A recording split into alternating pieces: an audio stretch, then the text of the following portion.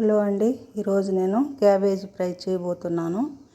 ముందుగా ఈ విధంగా కడిగి క్యాబేజీని శుభ్రంగా సన్నగా తరిగి ఉంచుకోవాలి. దీనికి కావాల్సిన పదార్థాలు: పచ్చెనగపప్పు ఉంది కదా, దాన్ని ఒక 1 అవర్ ముందు నానబెట్టి ఈ విధంగా కడిగి శుభ్రంగా ఉంచుకోవాలి. దీనికి కావాల్సిన పదార్థాలు: పసుపు, రుచికి సరిపడా ఉప్పు, కారం. మళ్ళీ తిరగమూతలు వేసుకునేది మళ్ళీ తర్వాత చూద్దాం. పెనం పెట్టాం. ఆయిల్ వేడయ్యాక కాస్త జీరా వేసుకోవాలి. అందులోనే ఉప్పు, కారం, పసుపు వేసేయాలి. ఆయిల్లోనే ఉప్పు, కారం, పసుపు అంతా వేసుకున్నాం కదా, ఆయిల్లోనే కాస్త అల్లం వెల్లుల్లి పేస్ట్ 1 స్పూన్ వేసుకొని కాసేపు వేగనివ్వాలి. అల్లం వెల్లుల్లి పేస్ట్ కాస్త మగ్గనిచ్చి అందులోనే కాస్త కరివేపాకు వేసి ఈ వడపప్పు నానబెట్టుకున్నాం కదా, పచ్చెనగపప్పు, అది వేసుకొని వేపుకోవాలి.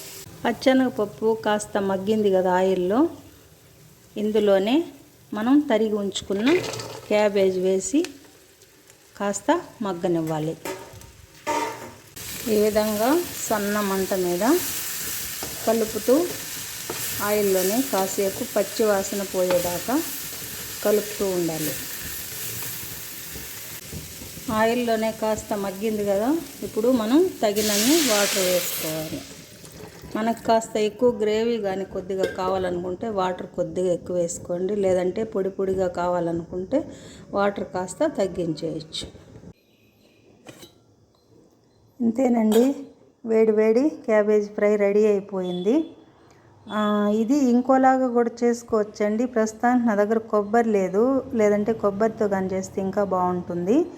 ఉల్లిపాయలు తరుక్కొని, కొబ్బరి తురుముకొని సన్నగా పౌడర్ చేసుకొని, కొబ్బరి, వెల్లుల్లిపాయలు ఇందులో వేసుకుంటే అంతే. క్యాబేజీ ఉడికించుకోవాలి. ఇదేలాగా పప్పు క్యాబేజీ ఉడికించుకొని కొబ్బరి కానీ పౌడర్ చల్లుకుంటే ఇంకా బాగుంటుందండి. ప్రస్తుతానికి కొబ్బరి లేదు కాబట్టి ఈ విధంగా చేశాను. ఇది ఒకసారి మీరు కూడా ఈ విధంగా ట్రై చేయండి. మీకు నా వంటలు కనుక నచ్చితే లైక్ చేయండి, షేర్ చేయండి, నా ఛానల్ని సబ్స్క్రైబ్ చేసుకోండి. ఓకే అండి, థ్యాంక్ యూ ఫర్ వాచింగ్.